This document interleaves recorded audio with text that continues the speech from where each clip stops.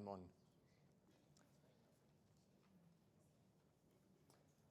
All right, just while we're still getting mic'd up, I thought I may as well start with some welcomes.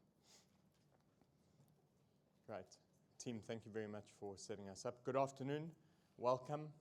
My name is Ross Harvey. I am the Director of Research for Good Governance Africa. We are a Pan-African applied research think tank, and our job in one sentence is to try and improve citizens' lives through enhanced governance performance. If you don't know what that means, in very simple terms, we try to encourage governments to get better at delivering services effectively and efficiently, and we try to encourage the private sector to become development partners instead of mere resource extractors, and we try to encourage civil society to hold governments and corporate players to account. We largely do this through research and dissemination and sometimes advocacy behind the scenes.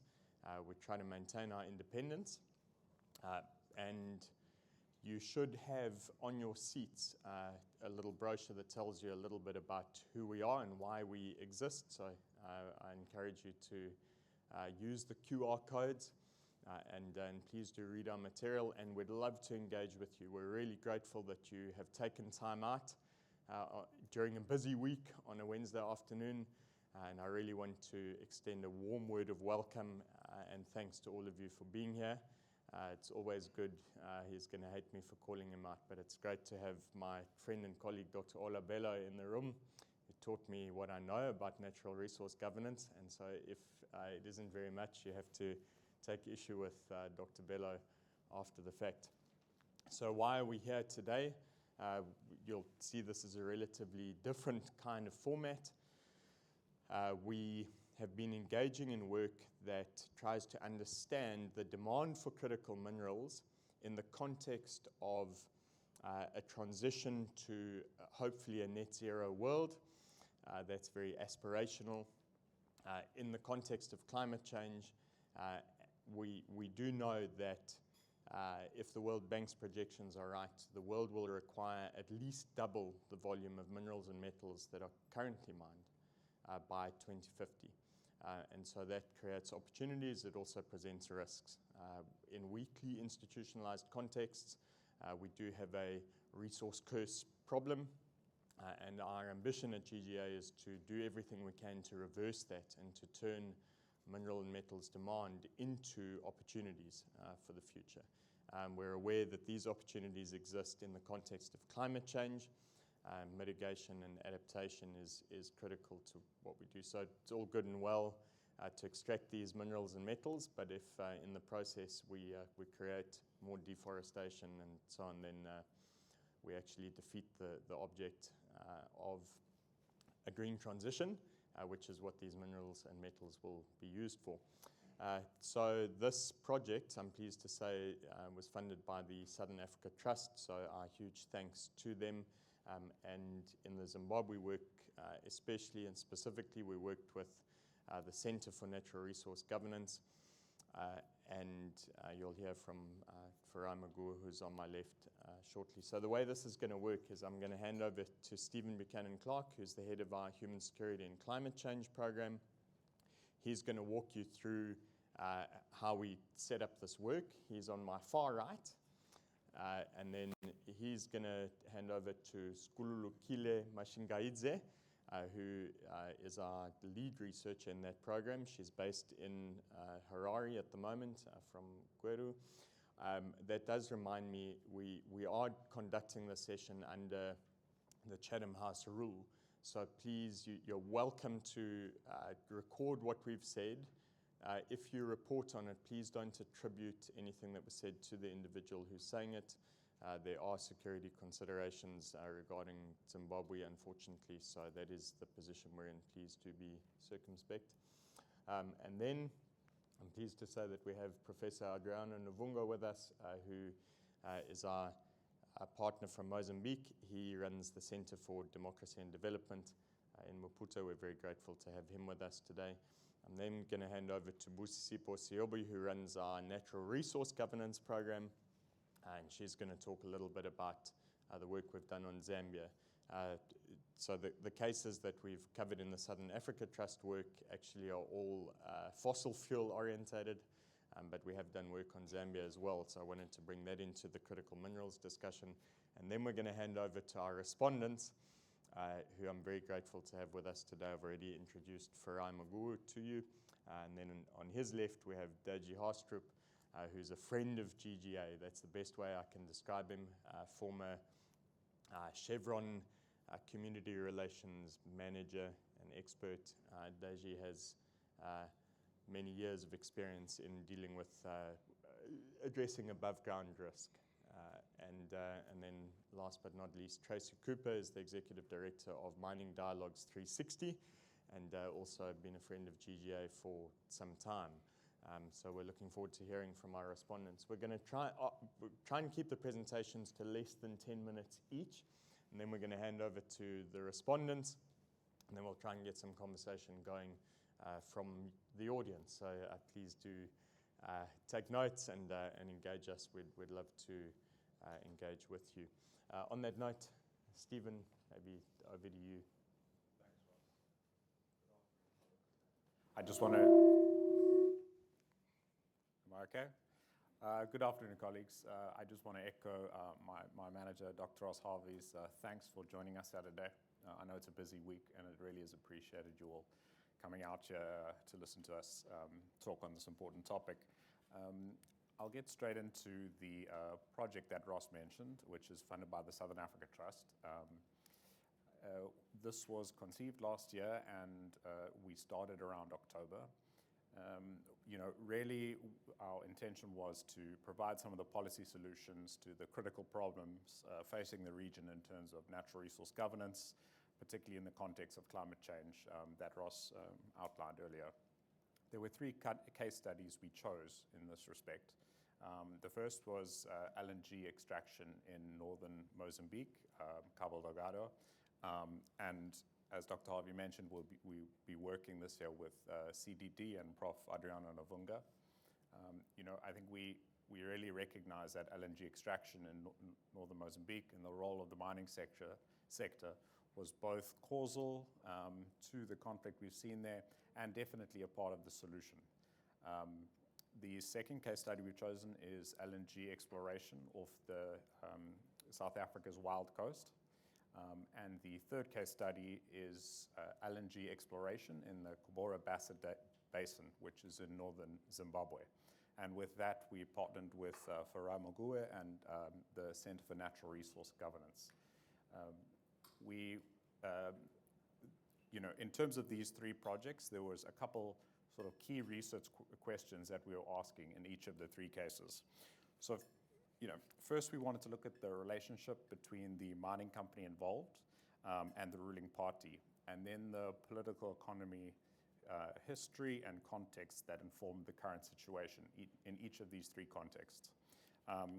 Second, we wanted to look at the interplay between natural resource governments and some of the environmental concerns, such as whether sufficient economic value had been attributed to local environmental health, and whether the project in question is aligned with the country's national climate change commitments. The third key question we wanted to ask is what is the role of local communities hosting these extractive projects within their ecosystems, such as the quality of community consultations, its level of local legitimacy among the population, and the degree to which these communities are real beneficiaries of the project in their locales. And then lastly, we want to ask whether the given project is congruent with national and regional natural resource governance frameworks, human rights protocols and frameworks, and environmental frameworks, and of course each country's NDCs under the UN COP. In November last year, a team, myself and school from Good Governance Africa, and a team from CNRG in Zimbabwe did the initial field work in the Cahora Bassa Basin. So to give a little bit of context to the project up there before I hand over to school. So the Cahora Bassa project, which is otherwise known as Special Grant 4571, comprises 250,000 hectares across the Kobora Bassa Basin in northern Zimbabwe.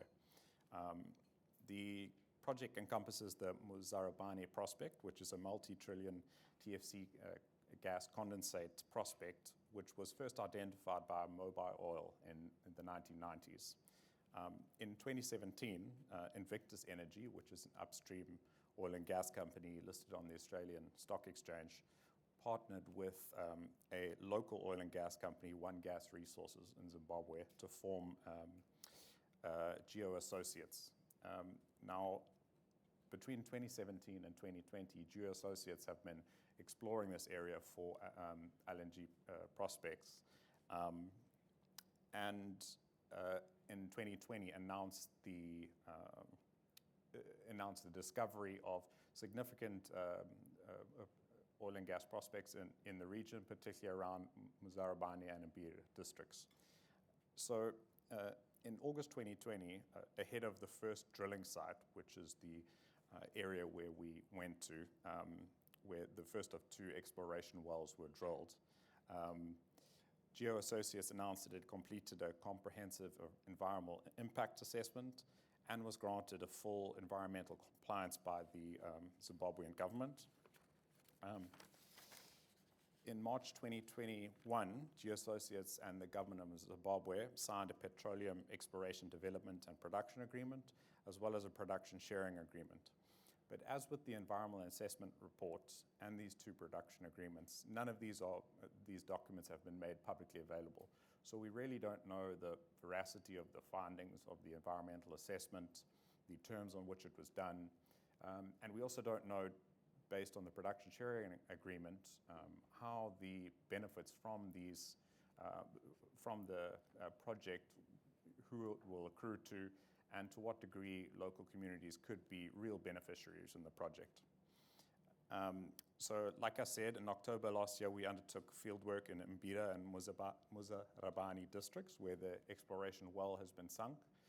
CNRG teams from there did 2 prior trips to that region, and then we did key informant interviews, interviewed local community members. We did an analysis of relevant legislation and publicly available documents. I'll now hand over to Skumash Ngatse, who will give you a little bit of overview of our key findings, as well as some of the challenges facing these very vulnerable communities in this region. Thank you, Steve. Thank you very much, Ross. Good afternoon, everyone. My name is Sku. So last year we went to Mbire, where there is ongoing drilling on a site termed Mukuyu 1, and we engaged with different tiers of community leadership. And Steve has already highlighted, we wanted to find out, one of the things we wanted to find out was the nature of the community consultations, what form they had taken. And what we observed was that the consultations had largely been top-down and largely inclusive of the local leadership that far. There were no indications that there may have been a broad-based kind of engagement with the generality of the community members, which is very key.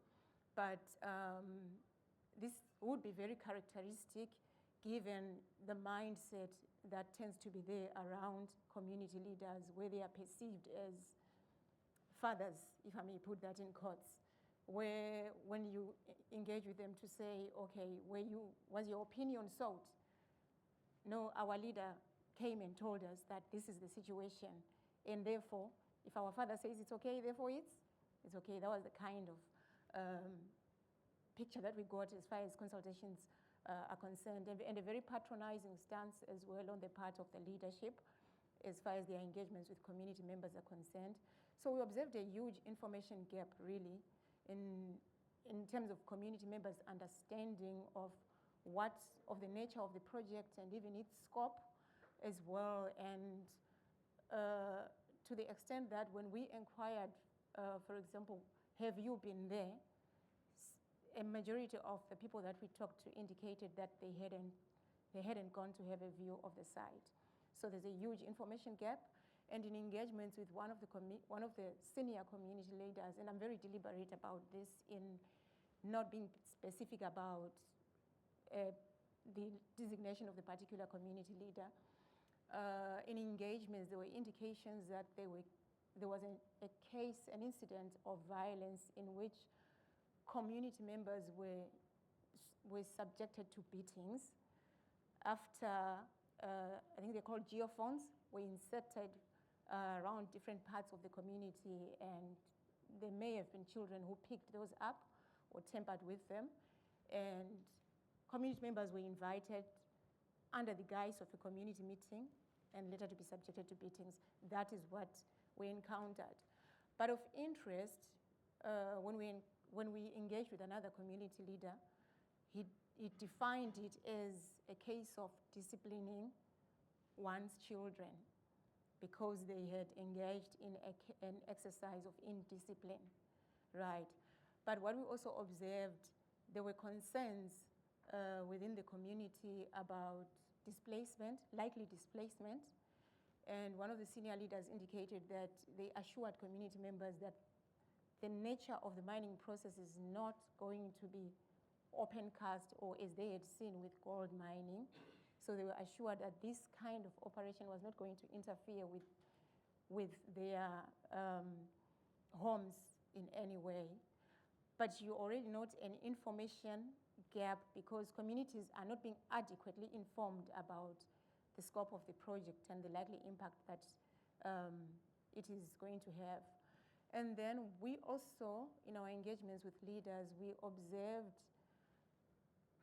should I call it a crisis of expectations, where there's already this anticipation that if this project should come into my community, I expect to benefit in this manner. Some kind of anticipation for rent seeking, if I may put it that way. And while community members hope that if this project should materialize, it should accrue to developments in their education sector, in their health sector, in their road infrastructure, a number of community leaders perceived of benefits of the project in a more personal way. I should be able to move around more flexibly, and that's the benefit I expect. I should get a car from this project, that kind of thinking. And it already tells you a lot about not only misperceptions, but total ignorance about what a development project should bring to the community as well.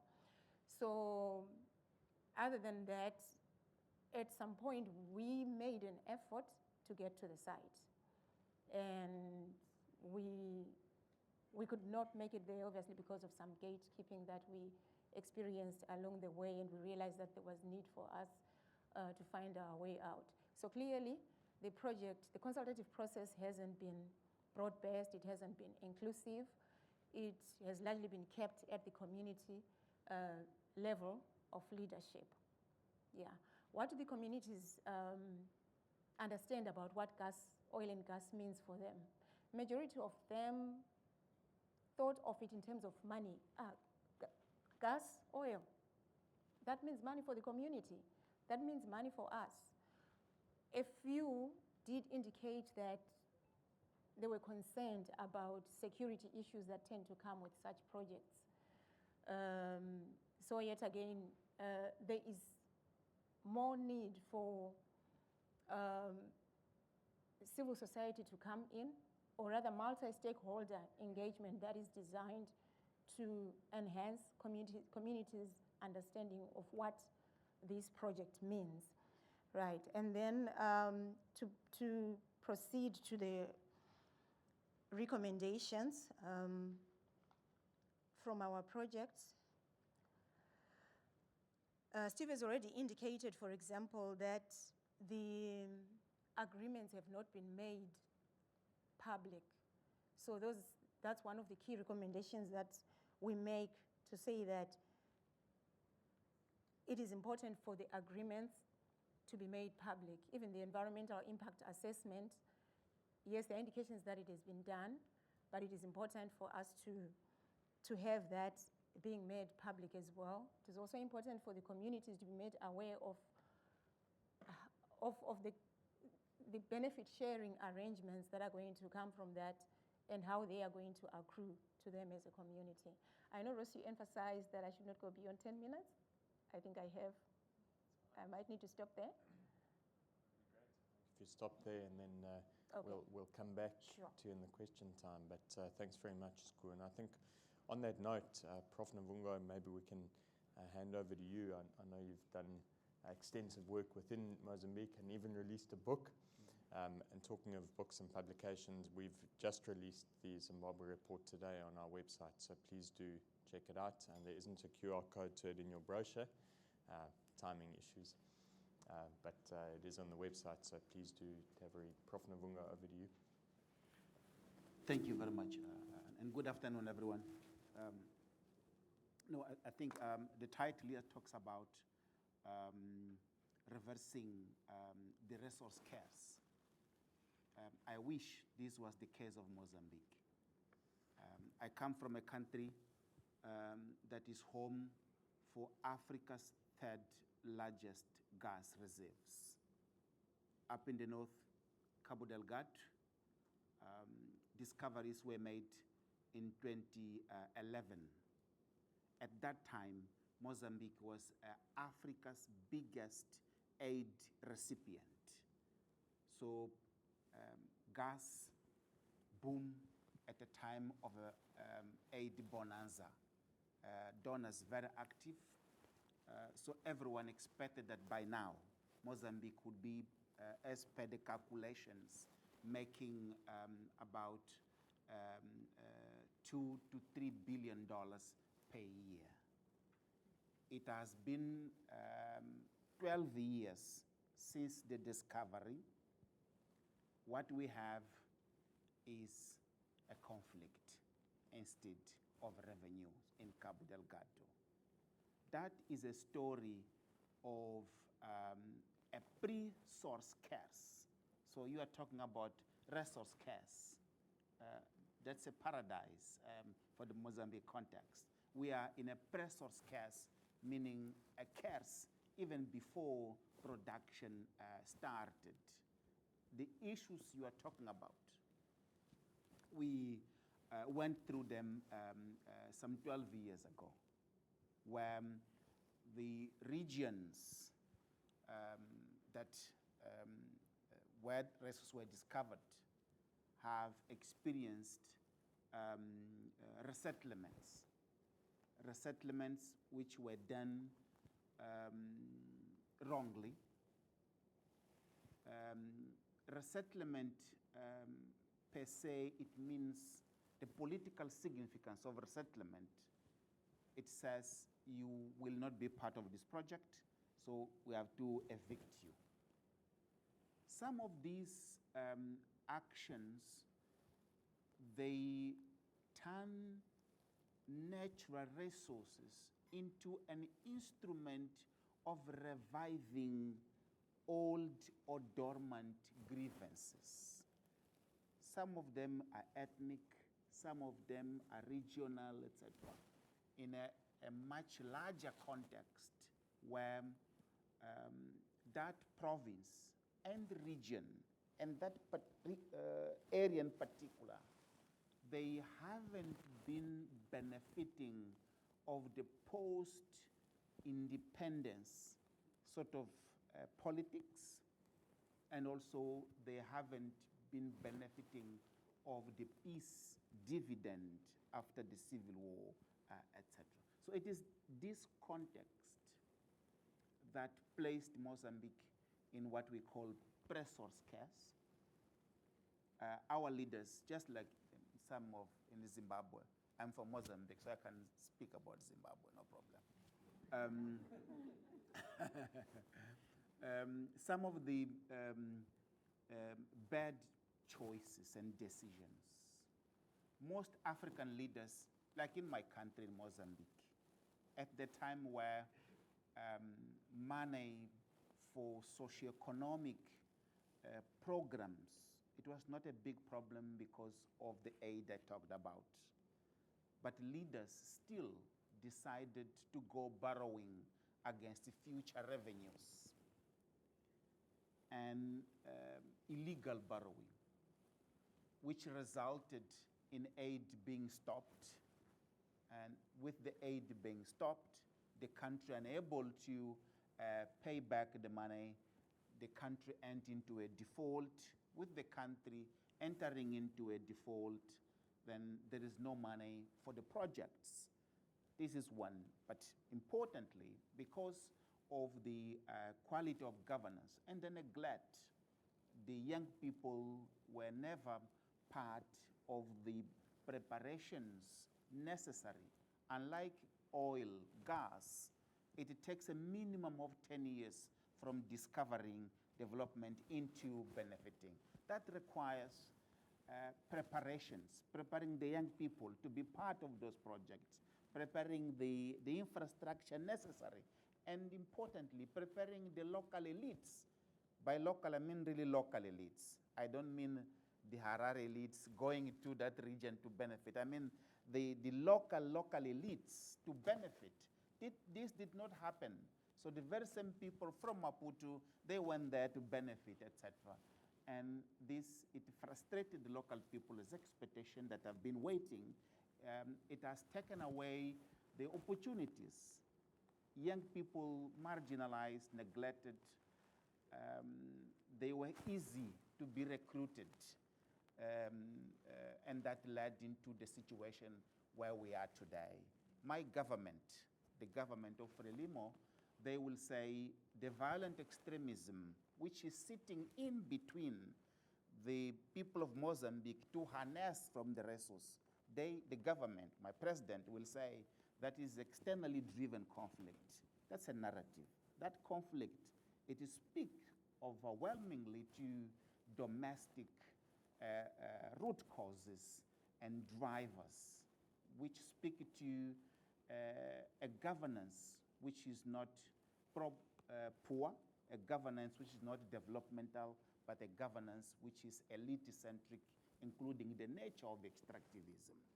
So the book that he has talked about, it tells this story. It tells a story of a pre-source case. It tells a story of Mozambique derailing not only to harness from the gas, but derailing from the projected role that it could play in energy transition, given and also the climate change crisis. So where it is seated, Mozambique today, it runs the risk of a securitized gas development.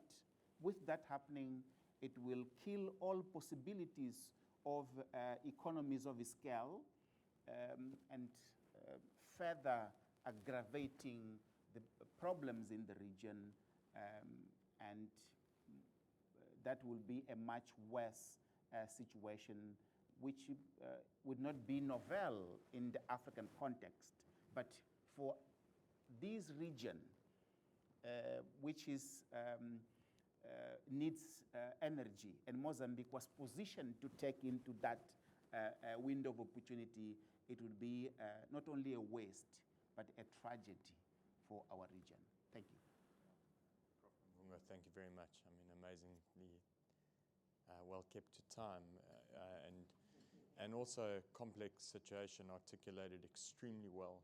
And also, if you are interested in the book, please talk to Prof. Mvunga afterwards.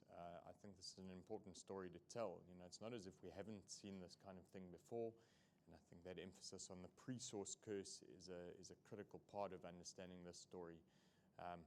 If you can, you know, knowledge doesn't necessarily translate into changed behavior, but we are hoping that through the telling of these stories, we can, you know, eventually put governance mechanisms in place that will at least help others to learn from these mistakes.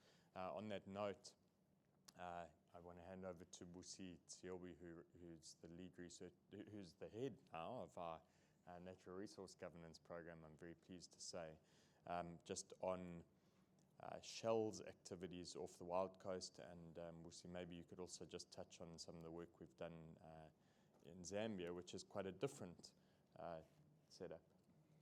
Thank you, Dr. Harvey. Good afternoon, everyone, and thank you for making the time to join us this afternoon. As we know, South Africa's mining industry remains at the heart of our economy, and over the last decade or so, we've seen significant discoveries of oil and gas by major multinational energy and petroleum companies. These discoveries then sparked great national debate that have raised questions, and for us, important to look into around climate change, climate mitigation, and adaptation, among many other issues. Notably, and with Ross mentioning us looking at Shell, part of the Southern Africa Trust project, we looked at how they were assessing for oil exploration of the Wild Coast using seismic blasting tests, which brought in question critical governance issues related to natural resources and environmental management concerns, as well as meaningful consultation processes like we have seen in the case of Zimbabwe. So as part of the bigger research project, and to give more context, it was critical for us to sort of trace back Shell's exploration activities, specifically in South Africa over the last decade. And we've seen that in the Karoo and how it has continued to undermine environmental and social issues, looking at the Shell case from last year. So through push from environmental groups, human rights activists, towards the end of 2021, actually, the Makhanda High Court in Gauteng province granted an interdict against the proposed seismic blasting by Shell. With these developments, it was important then for us as GGA, who felt very compelled to unpack and interrogate the interplay between natural resource governance as well as environmental concerns that we observed unfolding with this particular case. So this entailed assessing whether sufficient economic value had been attributed to environmental health, and if this project was aligned with any of the existing climate commitments that we all are aware of. We also wanted to explore and understand the process in which local communities were consulted, and whether this consultation processes were in line with local development plans, and if or not they followed regulatory frameworks that were obligated and are obligated to make the provisions for such requirements. So while we understand the complexities of this particular case, especially because it started grabbing international media houses, it was important for us to create awareness not just for us to understand internally, but for the general public as well, about the governance issues related to this particular project. To this end, we had conceptualized a campaign that assessed all key elements around this case, such as the implications of the court judgments for future cases, the impact of seismic blasting tests on marine life, the management and assessing the regulatory frameworks, particularly looking at the National Environmental Management Act, as well as the Minerals and Petroleum Resources Development Act, the consultation processes with communities that are affected, and most importantly, any ESG considerations in these exploration projects. So in responding and addressing on these themes mentioned above, it was very important for us to speak to the right people with the right knowledge, both internally, looking within our GGA team, and externally as well. We noted this overarching theme in all these three case studies that we'll be discussing today as part of this project, that there has been inadequate stakeholder engagement, and specifically around community participation. In this regard, I want to share some of the findings and compelling analysis by one of our colleagues who's actually joined us today, our legal researcher, Helen Acton, who essentially looked at some of the inconsistencies around NEMA and the Impara DA, and I want to just highlight some of those for today. First of all, we realized that there was poor stakeholder analysis, right? So members of the affected traditional fishing communities were not actually included as part of the consultation processes when Shell was exploring for a right for the oil. The second one was around inadequate notification procedure. So they had published an advertisement which was only in English and in Afrikaans, and in those particular newspapers, spoken, whereas communities that were in question around was isiZulu, isiXhosa, and many community members in these particular communities are quite illiterate. So there was not any much sufficient notification procedure followed. So they excluded potential and also interested and affected persons from this consultation process. They could not reasonably be expected to register themselves without knowledge of this particular project and the seismic blasting tests. So we also realized that they didn't utilize any of the sort of local radio stations for this particular advertisement and the newspapers that could have been used to share this information. Another key finding in the inconsistencies with NEMA as well as the MPRDA was that there was inaccessible group consultation meetings, right? The group consultation meetings were held in Port Elizabeth, in East London and St. John's. So there were some community members that were unable to make it to these respective areas in which these consultation meetings were held. So we realized that it became evident that the mining rights and exploration rights process needs to be looked into, and something that we will continue unpacking as we unfold this particular project, to make sure to conduct stakeholder analysis and explain the method in which these particular stakeholders and everyone that is involved, to be able to adopt a notification procedure that is reasonably inclusive for all those who are interested and affected by these mining projects, by these exploration projects, and also to ensure that people have access to any consultation meetings that are held, post advertisements, sharing this information about potential exploration projects. I think I'm going to hold it there for now. We are planning to conduct our field work like the HECC team, specifically going to the Wild Coast around the Eastern Cape area to speak to the affected community members on the ground and just to understand and be able to address some of the concerns and the issues that they have raised. Great, thank you so much, Busi. So, I mean, what you see here essentially are, you know, in the context of climate change and the need for a green transition, there are fossil fuel plays, and fossil fuels are going to be with us for some time. And if they are going to be in operation, then it's our concern to ensure that these projects are really well governed. Zambia is on a different trajectory, mining metals for the future, and we have done some work on Zambia as well. I think for time's sake, we can kind of just point you to that work on our website. We've done some work exploring what an optimal tax regime might look like to ensure maximal benefit, but also growth and expansion of the industry. We've got a policy briefing coming out later in the month around Zambia's debt situation. But politically and in terms of mineral deposits, Zambia is on a different path.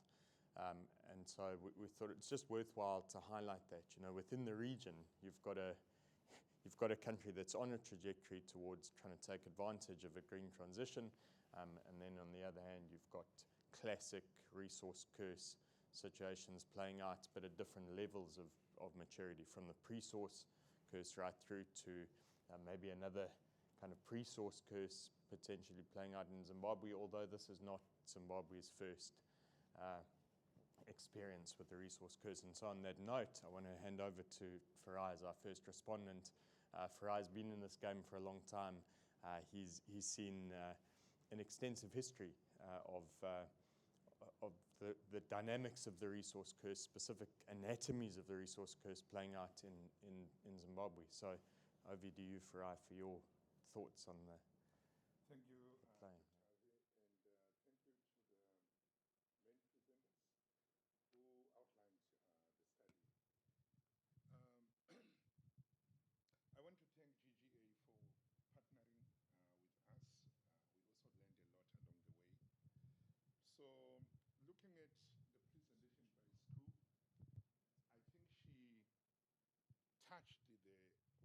call the heart of the matter in Zimbabwe. She mentioned the issue of violence. She mentioned the issue of intimidation, the use of traditional leaders to repress their own people in favor of extractive industries. She also raised the environmental concerns. And I think that's the summary of the crisis we have as a result of mining in Zimbabwe. Personally, I never knew what mining is all about until 2008. That's when diamonds had been discovered in the eastern part of the country. And when the state decided to take over the diamond fields from the artisanal miners, they deployed the army and they didn't go in to negotiate with anyone. But there was a massacre of people. More than 200 people were killed within a space of 5 weeks. And thousands more were tortured. Thousands were raped. That's when I had returned home from my studies abroad, and it was a shock to me. And that inquiry into the Marange diamond fields changed my life forever as we begin to discover more and more. So, generally, the impacts of mining in Zimbabwe have been very overwhelming to the communities in the negative sense. I can safely say that 99.9% of communities hosting extractive industries in Zimbabwe are in distress. I want to leave 0.001% in case there could be a happy community that I'm not aware of. But our minerals generally, the country is endowed with vast natural resources, which can really make a huge change, a transformative change in the lives of the people. Unfortunately, there is a governance deficit where the leaders believe it's our turn to eat. And they also link it even to the liberation struggle that we suffered to be where we are. So you can't challenge us.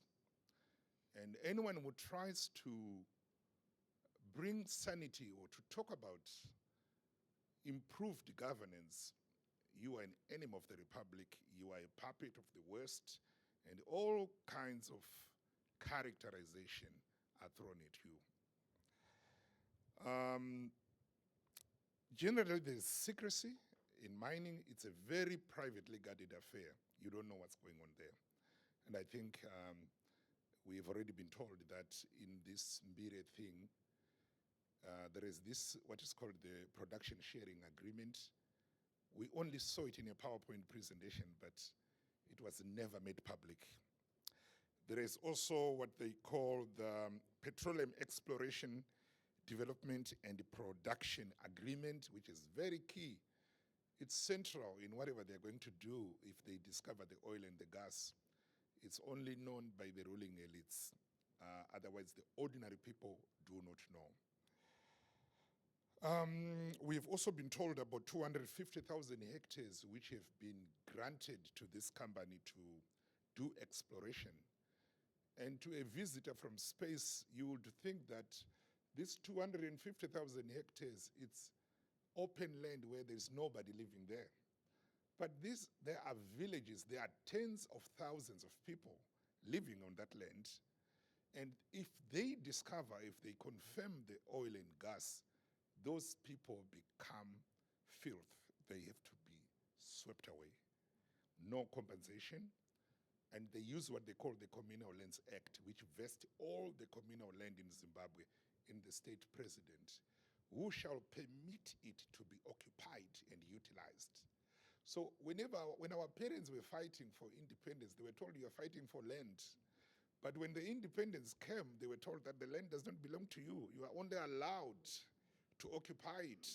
You are there at the pleasure of the president.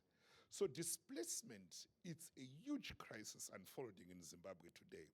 You won't see the president coming to the community to say, get away, I've given this land to the Chinese or the Australians. what they will simply do is to sign an agreement. And when that investor goes to the community, they will first go to the chief. And our chiefs are compromised. They are not the pre-colonial chiefs who were with their people. The current chiefs we have are capitalists. They are also fortune hunters or seekers. So they don't care about their own people as long as their interests have been met, as long as they get that car. And you'll find that most of the mining companies in Zimbabwe, every month they give fuel to the chief. They give fuel to the local police station. And your question is, why would a mining company give fuel to a local police station? To arrest us when we raise issues, when we try to protest. The police will be super angry at you because they have been fueled, they have been, you know. So there is enclosure of rural communities. They are now unreachable. As I'm speaking right now, my team is in the western part of the country. They are being hounded like criminals. They only wanted to do a workshop in an area where coal mining is about to take place. But they have been hounded. They are in fear. The police have been calling them, come here. Who allowed you to come in and do this workshop here? You would think it's a foreign power that has invaded Zimbabwe. But these are citizens who are simply trying to say, we are not against mining, but let's mine in a way, one, that respects the rights of our people. Two, that respects the rights of our nature. Three, that is conscious of the climate change. Zimbabwe is not immune to climate change. We have suffered, we've lost relatives because of climate change. Cyclone Idai and many other calamities. And we also have fake environmental impact assessments that are happening, and it has already been alluded to that no one could cast their eyes on the environmental impact assessment done by Invictus. And what is happening with these assessments is that a so-called environmental consultant is paid by a company that wants to mine in a certain area. So by the time they leave the office of that company, they are already conflicted because they've been paid already. They are not neutral. So when they get to the community, whatever the community say does not matter. The report is already written before they get to the community. So they are doing all sorts of fictitious things to try to extract a consent from the community. And many times the communities will be shocked to hear that they agreed to a project when they never said yes. Sometimes even attendance registers at those so-called consultative meetings are spinned into consent letters. Somebody simply wrote their name that I have attended this meeting, but said no to the project.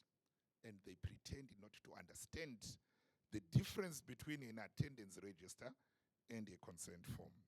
Finally, where do we go from here? What should be done? It's $1 million question. No one really knows. How can we reverse the resource curse? But as an organization, we've taken a position, we've taken a stand. We believe this is a struggle. The logic of mining today is not different from colonialism. It's only that it's now our own government that has imposed the colonialism on their own people. But the methods through which they are coming into the communities is not different from how colonialism came. So we believe power responds to power. If there is no community power, if there is no civil society power, then the government and the mining companies will do as they please whenever they want to. So civic education is very important. Research is also very important. We need to know who is doing what, where. And finally, advocacy. We've won some battles through advocacy by highlighting the problem in a very strong way, such that, even the president will be ashamed that if I remain silent about this thing, then a lot of questions will be raised about me. So advocacy has been very effective. Last year, we managed to push back a Chinese company that wanted to do quarrying in the city center in Mutare, where I come from. We made a lot of noise until the company threw in the towel and they left. A year back, we also managed to push back when the Chinese had been given a license to do exploration in Hwange National Park. And we said to the government, this is going to undermine even what the new dispensation is trying to do in terms of attracting tourists to the country, marketing Zimbabwe. When tourists begin to hear that there is mining in a national park affecting the migration routes of elephants, agitating elephants leading to human-wildlife conflict, don't you think you are actually taking one step forward and then 10 steps backwards? And the government made a cabinet decision and banned all mining in national parks. So advocacy still work. I think that's all I can say for now. Thank you very much. Brilliant. So Farai, thank you very much. Again, it does show you what's possible. You know, in this space, can sometimes be very despondency-inducing, but I really appreciate Farai's view that, you know, there is something we can do. You know, research, advocacy, these things do matter, they do play a role. Deji, you've been at the forefront in your career of seeing how the dynamics that sometimes lead to a resource curse don't necessarily have to lead to a resource curse. Perhaps you could shed some light on that million-dollar question that Farai raised. Thank you very much, Ross, and thank you, Farai. I'd really like to take off from where Farai landed, and that is, where do we go from here? But I must first say that it is actually unfortunate that we are where we are today, given how long that minerals have been mined in Africa. The first exploration wells were drilled in Nigeria in 1956, and that would make it almost 70 years since oil resources have been taken out of that country. But it took until 1995 before the first community relations department was established in any of the oil companies. That means that for 40 years, these companies had been exploring and producing without any consistent, viable engagement with the local communities. And when they hired me, I was the first one that was in charge of community relations. They didn't know what to do, and I didn't know what to do either. But they were actually looking for someone who had done conflict management. They were not looking for a community relations person. And that's because they were in conflict with the communities. So it was not a preventive hiring, it was a curative hiring. They were in trouble and they needed somebody to solve the problem. And it took another 10 years before we turned things around. So there actually is a formula from going from a resource course to being resource wealthy. And the unfortunate thing for Africa is that it's so rich in natural resources that it should not be facing any such curse as it does face now. And the thing is, we are always putting the cart before the horse in the sequence. The oil companies, the mining companies, sign a contract, get a license from government, and then start explorative activities, and that's when they first meet with the communities. That's not the right process. Chevron developed a reverse process where you start with what you call stakeholder engagement. In other words, you engage with government, with civil society, and with communities. After that engagement, you go through a social impact and social risk assessment. In other words, what are the risks of carrying out these operations in this context? Most of Africa is where you would call fragile contexts. And so these are well-documented symptoms of fragility that you can go through. All of these has to be done before what is called FID, and I'm sure some of you might have had that term before, is financial investment decision. You're not allowed to invest the funds of the shareholders in a mining project until you have done the environmental impact, the social impact, and all of that.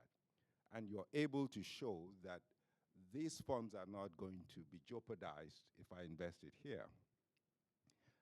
And therefore, you have to come up with a social intervention or social investment plan alongside with the FID, the financial investment decision, before the board approves for you to sign a contract with government. That way, nothing surprises you, nothing surprises the communities, nothing surprises the civil society organizations when you arrive on site. You might then get on with the job and find out that there's not enough minerals in commercial quantities. But that's all well and good.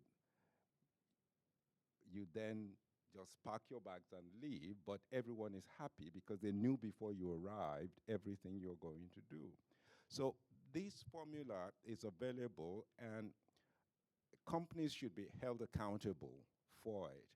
And the only reason why companies still do things the way they do things is because everyone seems to be working in a silo. So government has a compartment, civil society has a compartment, the communities have a compartment, and the companies have a compartment, and everyone is just minding their business and will do the minimum required to pacify if there's a problem. That isn't a strategy that's sustainable. It's going to lead eventually to conflict, and it has done. And so what I advocate is for a multi-stakeholder approach to investment in mineral resources, so that civil society is not seen by companies as the enemy, and the government doesn't see the civil society as stepping beyond its remit, because the companies, and also Nigeria signed into law in 2021.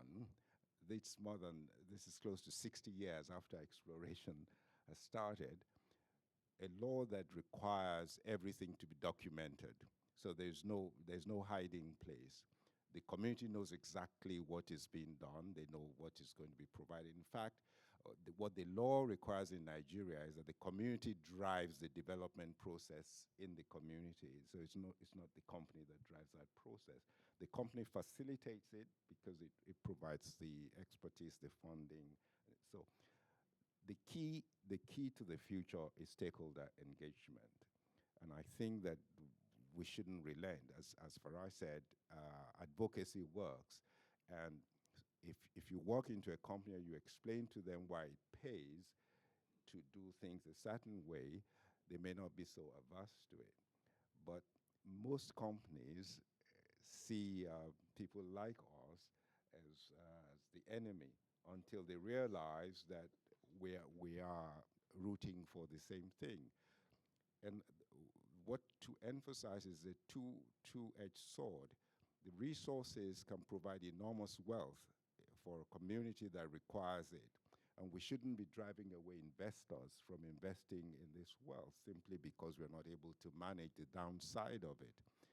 If we focus on it and we follow the required process, it could be a win-win for everyone. Stop. To Tracy then. Tracy, I'm going to throw a curveball question at you because we've known each other for long enough. Des, you made an important point about presenting the costs of not doing things the right way to the board. Do you see any evidence, given the years you've been at this, that things are changing, accountability frameworks, ESG disclosure requirements? Are these things starting to have an impact? Do you think there's hope, at least on that element of the pipeline, for lack of a better phrase? There is some change. But let's be frank, if all the businesses, all the companies that are listed, that are active in Africa, who have signed up to all the principles and the human rights and all these lovely things that are in their brochures, if they were actively following those guidelines and implementing them through their organizations, we wouldn't be having these conversations. So there is still quite a bit of window dressing. There are some companies that are taking this more seriously and going a lot further. But a lot of those sort of majors are held accountable by international investors who are now very much on the ESG bandwagon. I think your big problem is with the next tier down, and then as we start to get into the mid-level and junior space miners, forget even thinking about small scale and that sort of thing, because no one's holding those people accountable, and they're doing just as much social and environmental damage, but there's no oversight or monitoring of what they do. No one's there. There's some really, really interesting comments that have come out here, and I have to say I agree with Deji very much about the fact that the multi-stakeholder project engagement is a really critical path to follow. I really do find that both local government and business often treat consultation as consent. We consulted, therefore you've consented. And with a lot of communities who are people in rural areas who are being faced with unknown topics or information or processes that will take time for them to digest, there needs to be not just free, prior, informed consent, it needs to be continuous.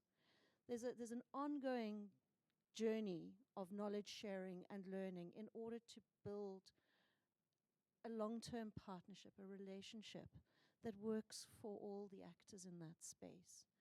And I just feel that sometimes, and this might sound controversial, but that's my role, communities and leaders in communities are complicit in their own demise.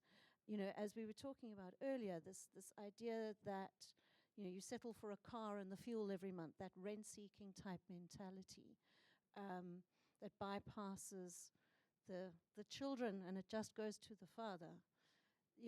These attitudes are detrimental to the longevity and the prosperity of all the people in that environment. And there is a fine line to walk between respecting cultural and heritage traditions and social systems that have been in play for a very long time, while still ensuring full understanding is reaching all the members or citizens in an area, and that they are appraised and part of the growth and development, what that would look like for their future. So those are just a couple of my thoughts, just picking up the conversation as it's come down round the corner. And then thinking a little bit about, I like to go to solutions. I'm kind of that orientated thinker. And I have great respect for the researchers who are able to delve deeply into the issues and unpack them. But people often come to me and say, so what can we do? There are tools, and for those of you who are in the research field, you may be aware of them, things like the Sentinel satellites, the low Earth constellation satellites for Earth observation purposes, which primarily have been designed for climate change purposes, but they give you also deep level data on communities and landscapes around the world. And those satellites have actually just taken all their historical data and are now producing it on a daily real-time basis under something called the Copernicus data space ecosystem. So, Google Earth is good enough for the normal person, but for those of you who are really into this space and are looking at monitoring tools, please do have a look at that. And essentially, I think the work of civil society is the voice that has to come out the strongest, and we do have to convince business that this is the best way of doing business, because we do need the investment. So I'll leave it there for now. Tracy, thank you very much. Yeah, I mean, one of the things Deji mentioned was that actually government has a role to play here as well in formulating laws that require the reversal of putting the cart before the horse. And so part of our advocacy work is to try and get that underway. Of course, it requires a lot of work. I mean, the other thing that Deji has often said is just that it's so important to really emphasize the relationship building element of engaging with communities. This is not some kind of tick box exercise. We use that phrase a lot, but you actually cannot afford to do that any longer. These are real people with real concerns. And as we saw in the Olabeni case, Musi, that we also had a look at a couple of years back, is that often this disjunct between the interests of community leaders and community members themselves can derail projects. And then you have conflict where people are assassinated and so forth. And we really want to avoid that. Doing things the right way can produce mutual benefit, just may take a little more time. But once you've created pockets of effectiveness, the hope, anyway, for us at GGA and for I at CNRG and Adriano at CDD, is that we can actually make a difference in this vein. So on that note, I'm aware of time and that there is food coming, but I'd love to open it up for a few minutes just to take questions from the floor. Just feel free to raise your hand and shout it out. Please introduce yourself briefly, direct your question at a particular person, and you're just going to have to shout.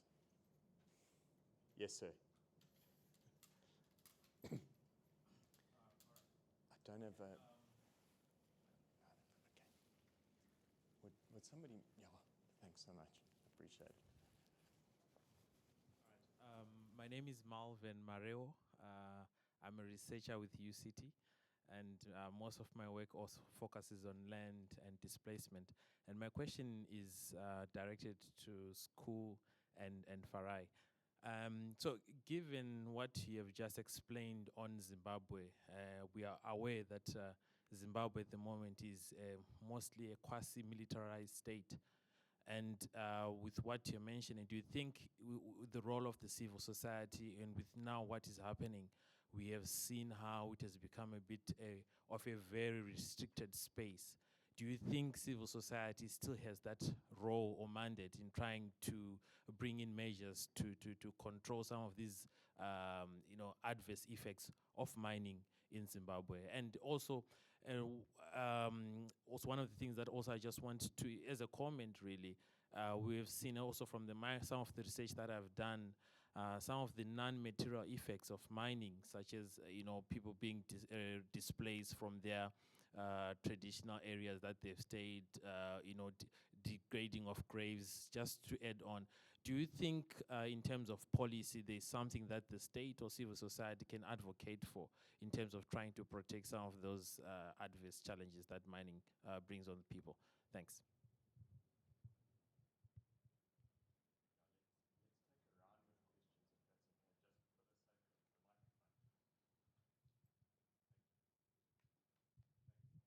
Thank you to all the presenters for your presentations. They were great. I'm going to direct this question to Mr. Deji. How do you reconcile the tension between a company that has its timelines in terms of when it wants to make that financial investment decision and the timelines that are required to have meaningful consultation and that ongoing consultation? Because I think that's also what sometimes exacerbates consultation being interpreted as consent. And do you have any ideas about what civil society can do to push back against those corporate timelines?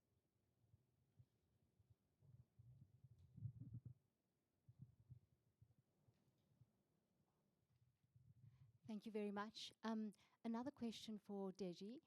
I love the solution that you proposed and that has been effective. My question about that is, it's one company's investment in a public good. So that affects the profitability and the competitiveness across a number of companies.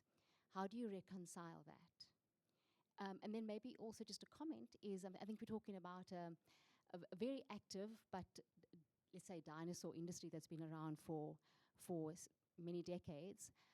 But the same is applicable to even new innovative industries such as renewables, and in terms of industrial scale independent power producers. So how in this new industry do we put policies in place and a new way of working to ensure that the same things don't happen, even though it's not in mining?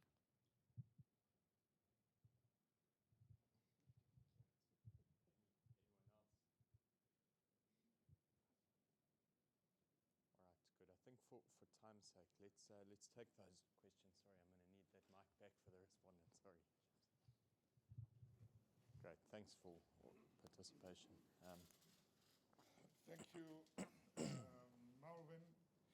Yes, so to those who are not familiar, Zimbabwe right now, we have what is called the Private Voluntary Organization Bill.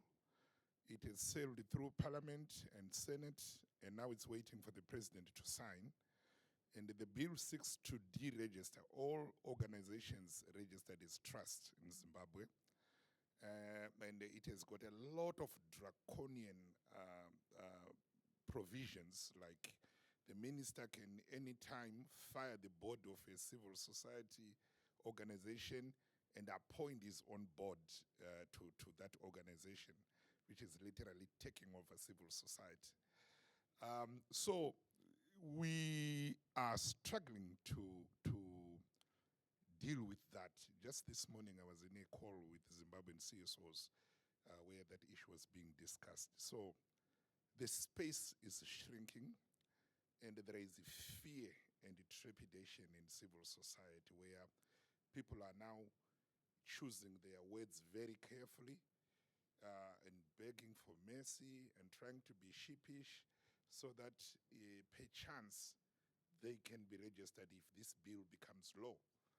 It is also expected that Mr. Mnangagwa will sign this bill in the next 2 weeks because according to the law, I think he has got 3 weeks to sign the bill into law. So that's what one of the advocates was saying. Now, what do we do as civil society? I think the Zimbabwe problem now, it actually requires regional solidarity. We need more allies and actors from the region. At the national level, I'm aware that a lot of diplomatic missions, also even UN, have been trying hard to convince the government that this bill is not good for the country, but they are moving forward. So I really think that once it becomes law, some organizations may not be allowed to operate, and the very few remaining ones will be very careful. They will be choosing their battles carefully. We are going to see a lot of impunity. We are going to see, right now it's an election year, a lot of people are already, the violence has started. Some areas are already no-go areas in the country, and civil society is quiet because they are afraid. So in a way, even before it has become a law, the effects are already being felt in civil society. How it shall be, I don't know.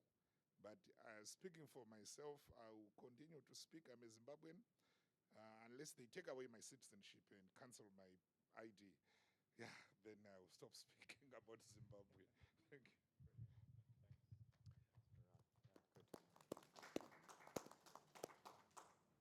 Thank you, Varai. It takes courage. Before I go straight to the first question, I'd just like to add a point to what Farai said. Whenever the space gets smaller and a community, a society gets militarized, the strategy has to change. One of the things that civil society can do is that most companies in the extractives industry are usually international. They can be sued outside of Zimbabwe. One of the reasons that compelled many of the oil companies to start reviewing their activities in Africa was not what happened to them in Africa, it's what happened to them outside of Africa. And Shell, for instance, has been sued twice in The Hague and lost both cases. And this costs, the cost runs into millions of dollars. So that's a new strategy, is to partner with other civil societies not based in Zimbabwe to document what is going on. So it's a two-edged sword. You continue to engage with those who are in government who still want to listen, and those who have decided to choose the path to violence, as it seems they have with these new laws, is to go to the rule of law outside of the jurisdiction. That might be something to consider. So now to the question. I think the first question has to do with the timelines. How do you ensure that the consultations that is required before financial investment decision is made is done to align with the time frame that is set by the companies? Well, you cannot have a rigid time frame if you have not yet invested. The whole idea is not to invest without knowing the risks that you face. It doesn't make sense to hurry into a timeline and then discover that if you had waited a little longer to analyze what the social risks are, you probably would not have invested. So it's always a strategy to put a lot of pressure on communities to say that we're going to have to take a decision next week, so you know, this is how much time I have. But it's not right, because even the shareholders are now getting into the fray. I mean, just like Tracy said, many shareholders are buying shares into some of these companies just to influence the policy of the companies, to ask the right questions in the annual general meetings. And they also ask the questions, have the communities been consulted? What are the risks there? And they come up with questions. Have you documented what needs to be done? What are the mitigations? So it's not a process that you can put a timeline on. Of course, you can have a tentative timeline for financial investment, because all companies have opportunities to invest their funds anywhere in the world. And that's, we're trying to attract investment into Africa, and so we have to be mindful that they can take this elsewhere if the opportunities are there. However, this is not cast in stone. So you can shift. It's better to take a financial decision that is sustainable than to rush into it and regret it down the line. Does that answer the question? All right.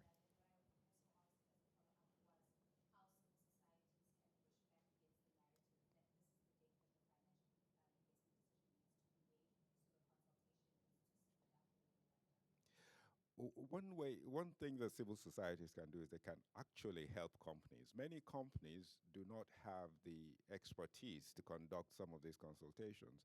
So when you hear that meaningful consultations didn't take place, sometimes it's because they're in a hurry. At other times, it's because they just don't know how well to do it. So civil society organizations can actually be part of the solutions by offering to monitor the process. Every company, when I joined Chevron, we used to have a lot of reporters come out of Europe and the US. We had a New York Times reporter who had been contacted by civil society organizations about what was going on in Nigeria.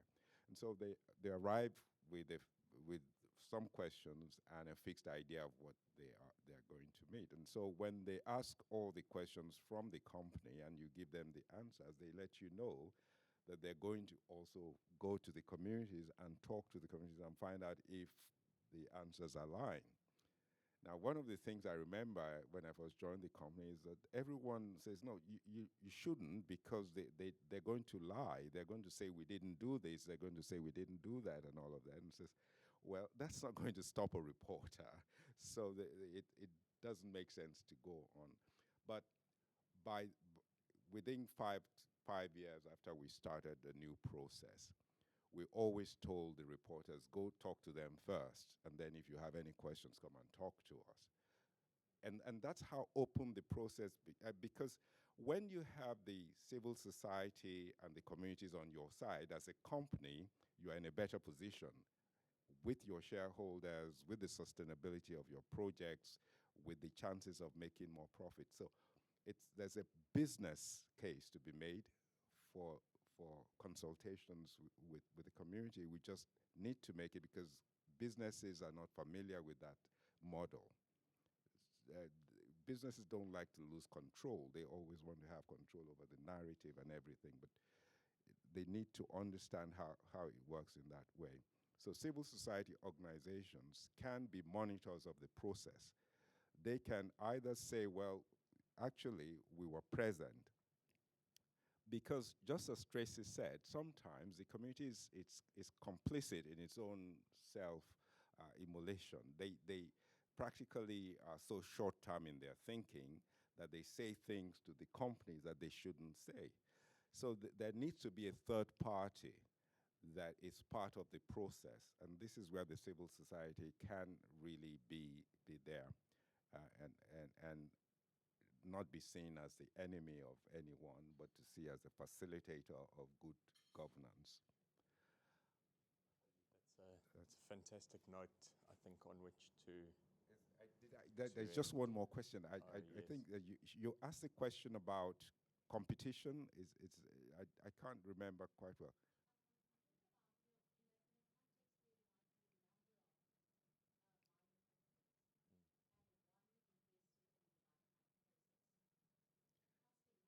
Right. Yeah.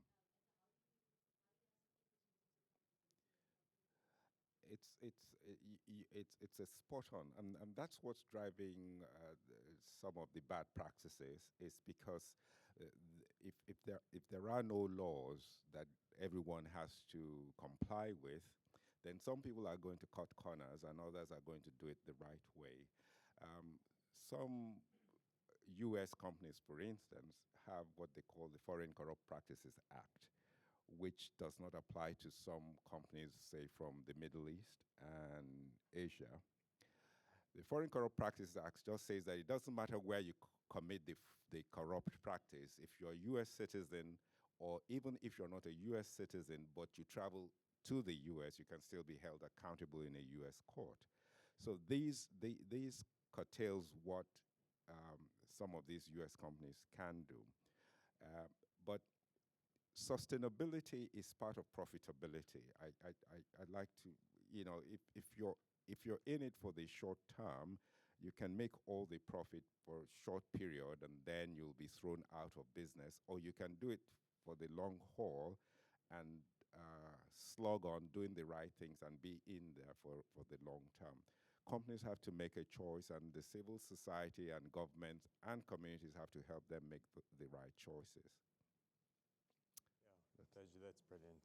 Thank you so much to our panelists. I just really would like to thank Tracy, Deji, Farai, our presenters, our researchers, Busi, Prof. Adriano, Sku, Stephen, to my team, especially at GGA. Well done, guys, for the work that you've put in. To our partners, we so value you. And to our respondents and friends, thank you so much for your insight and sharing with us today. Please do continue to engage with us. We do have food at the back. I know some people need to go. we do want to honor your time. But thank you so much for coming to join with us today. Hope that it's been enlightening. Please do give our panelists a round of applause. Thank you.